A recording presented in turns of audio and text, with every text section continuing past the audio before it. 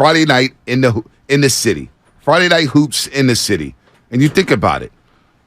The bands in front of Thrive City. You got the bands. Sometimes they bring out Pittsburgh High School. They have their bands coming in. It's always a vibe. They're always music. You feel good when you step foot in the Thrive City. And then you have dumpling time at Gotch, and you got the big screen right there. And they're getting people ready to go. The vibe, like the pregame vibe, is better than Oracle because at Oracle, all you did was walk straight into the arena. That I agree with. You know what I'm saying? Yes. There wasn't much around Oracle there were Arena. People drinking in the right. parking lot. In the parking lot. In the parking lot. But you could do that at Thrive City. You could do that around Thrive City. No, it's and way then more, walk up. It's way more like walking into the game.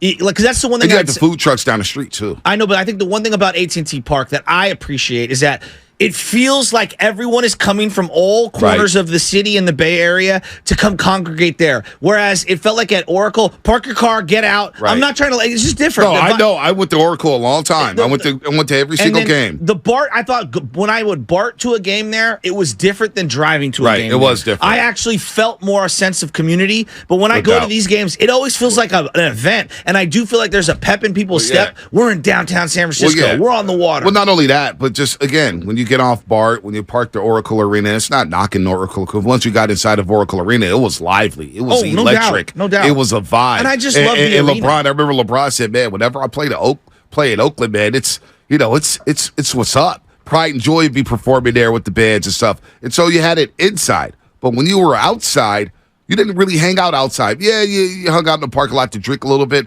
but you have things to do in the city. Down the street, you got the Phil's Coffee, you got the Miller Lux, you got the food trucks down the street. Oracle Park, you could see it from a throw stone. You could just walk down 3rd Street, and it's happening down there. So, and then you get the Sixers. And whenever you get one of these classic East Coast teams, whether it's the New York Knicks, the Boston Celtics, the Philadelphia 76ers, they come out here once a year. There's a lot of East Coast fans. And you think about the Warriors starting in Philadelphia. Neighbor Dave. And the history, Neighbor Dave. The history between Philly and the West Coast. The Boston Celtics coming out to the West Coast, and you see all the green, or you see all the red and blue. It's a vibe when one of these East Coast squads come into town, because you get those East Coast fans in the building, and they always play hard, man. The Sixers will come here, especially with Joel Embiid, and when they have Ben Simmons, they always came to Warriors to run for their money. And so I expect a very electric crowd, a very electric basketball game. Again, only 2 meetings a season, so these two teams, when you look at the history between the Warriors and Sixers, just in the last 10 years, get some damn good basketball games. Well, and then factor in,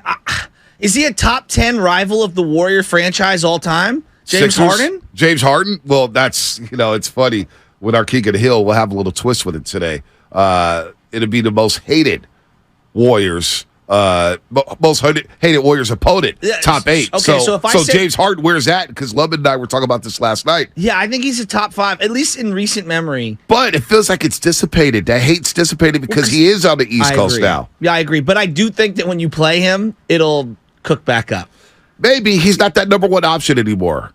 You know what I'm saying? I know, but B, he's just he symbolizes so much. He symbolizes the crying. Daryl Morey. He symbolizes coming for the throne, the breaking up of trying to come for the Durant stuff. When we brought in Durant, he symbolizes so many different things. The way the game was played in terms of foul hunting, and how much we despise foul hunting as a fan base, because we think our guy doesn't foul hunt in Steph Curry. Like I just think there's a symbolism there with James Harden. But yeah, maybe you're right. It's not as strong as it once was, but trust me, come 8 o'clock, I think we're all going to hate him again. Well, it was those Rockets teams, and Daryl Morey, that's the guy I hated the most on the Rockets.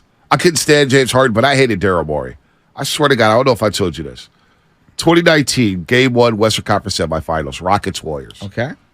Warriors steal that game. Rockets couldn't hit a 3. I swear to God, I'm in a visiting locker room, and the visiting locker rooms at Oracle Arena were very small. Okay, you weren't wearing a suit at that time. No, I was wearing a Frisco flannel. Frisco flannel. All right, so I was in there, Frisco flannel. Flat-brimmed hat. No Jordan, hat. I wasn't wearing a hat that day. I'm not sure. Slightly baggy jeans. Well, not that baggy. Backpack. Just wasn't wearing skinny jeans, Like Jay-Z said, my knock's got to breathe, baby. Jay-Z said that, not me. Listen, so I'm in a visiting locker room. It's super small. And so the bathrooms are right behind you. And so next thing you know, I look, and I say, whoa, there's Chris Paul, James Harden, and Mike D'Antoni. And they literally are looking down at their phones on Twitter, at people screenshotting missed foul calls, No, they're not. discussing it. And we all see it. The media all sees it. We're looking around. It's like, are these guys really looking on Twitter at missed foul calls, some screen grabs from J510415XBXB, Twitter user number 9. And then the audit came out the next day. Remember that? They said they missed 81 foul calls. 81. Remember that? The Excel and spreadsheet. And that was it for me. That's when I officially jumped. I said I could never root for these guys, man. I could never even like these dudes. And so that still sticks with me with James Harden. But since he's been to Philadelphia, I don't have to watch him as much. People don't talk about him as much. But it may conjure up to some of those same feelings. Well, and then you bring back the Philly element, where I think it's becoming one of the Bay Area, most hated rivals. I mean, look, I'm still getting asked about Eagles-Niners. Well, that's there. That is there. Are you going to get memories of that with Philadelphia in town? Not necessarily, It's because the there Sixers. I know one. I'm like Phillies. I think I'll feel it because NL. I don't know why the NL thing. I think because they're in the Eastern. Baked up. What's that? Reese Hoskins out with a torn ACL. Did you see that? He just fell. He just literally fell, fielding the ground ball to his left. I mean, he rediscovered his swing in the playoffs last year. Sacramento. I mean, then Bryce Harper's out till midsummer. Ugh, tough. I know. Tough. I know. But the point being is, I do think